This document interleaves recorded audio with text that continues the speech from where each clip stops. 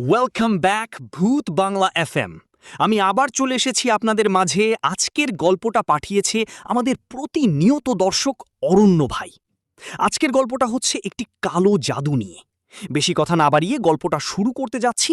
আজকের গল্পটা আমি বলবো না, আমার একজন কাছের ভাই বলবে, নামটা নাই তুলছি। বাংলাদেশের একটি ছোট গ্রাম, নাম তার কালীগঞ্জের পাশের এক নির্জন এলাকা। গ্রামের শেষ প্রান্তে একটা পুরনো ভাঙাচোরা বাড়ি ছিল। মানুষ ওই বাড়িটাকে বলতো অভিশপ্ত বাড়ি। গ্রামের কেউ সেখানে যেত না, কারণ শোনা যেত বহু বছর আগে সেখানে থাকতো এক তান্ত্রিক, নাম তার হাজি করিম বক্স। লোকটা বাইরে থেকে সাধারণ মানুষ মনে হলেও রাতে সে নাকি কালো জাদু করত। কথা ছিল সে আত্মা ডেকে আনতে পারত।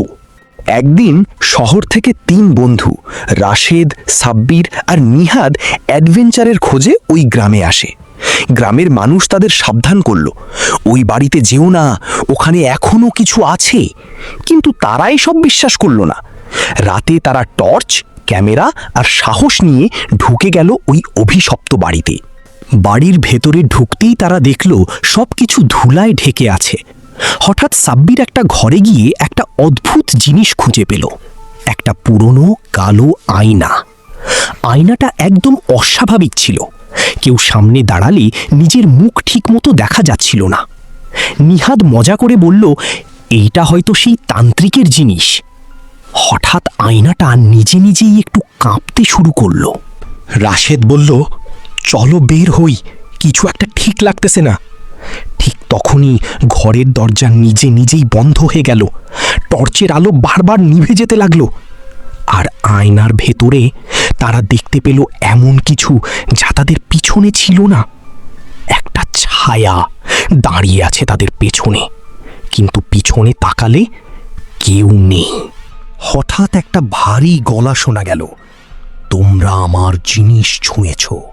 তারা চারদিকে তাকালো, কিন্তু কাউকে দেখা গেল না। আয়নার ভেতরে তখন দেখা গেল এক বৃদ্ধ লোক, চোখ দুটো অস্বাভাবিক লাল। সে ধীরে ধীরে বলল, আমি এখনো এখানে আছি। সাব্বির ভয় পেয়ে আয়নাটা ফেলে দিতে চাইল, কিন্তু আয়নাটা তার হাতেই আটকে গেল। তার চোখ ধীরে ধীরে কালো হয়ে যেতে লাগলো। সে অন্য 2 বন্ধুর দিকে তাকিয়ে অদ্ভুত হাসি দিল। ও এখন আমার। আয়নার ভেতর থেকে সেই তান্ত্রিকের হাত বের হয়ে আসতে শুরু করলো, ধীরে ধীরে যেন বাস্তবে ঢুকে পড়ছে। রাশেদ মরিয়া হয়ে আয়নাটায় একটা লাথি মারল। আয়নার ভেতর থেকে সেই তান্ত্রিকের হাত বের হয়ে আসতে শুরু করলো, ধীরে ধীরে যেন বাস্তবে ঢুকে পড়ছে। রাশেদ মরিয়া হয়ে আয়নাটায় একটা লাথি মারল। ক্র্যাক! আয়নাটা ভেঙে গেল।